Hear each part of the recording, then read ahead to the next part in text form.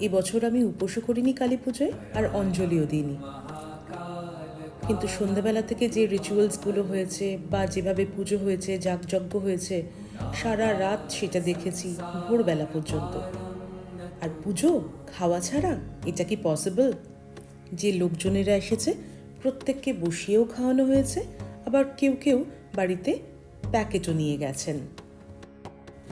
এবারও প্রত্যেকবারের মতো বাসন্তী পোলাও, আলুর দম আর পনির হয়েছে, আর শেষ পাতে রসগোল্লা। কি দারুণ না?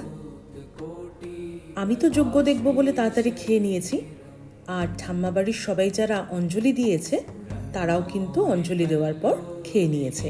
তারপরে সবাই মিলে আমরা যজ্ঞ দেখতে বসেছি। তবে যারা যজ্ঞতে পার্টিসিপেট করেছে তারা কিন্তু খায়নি, কারণ যজ্ঞতে কিন্তু খেয়ে বসা যায় না।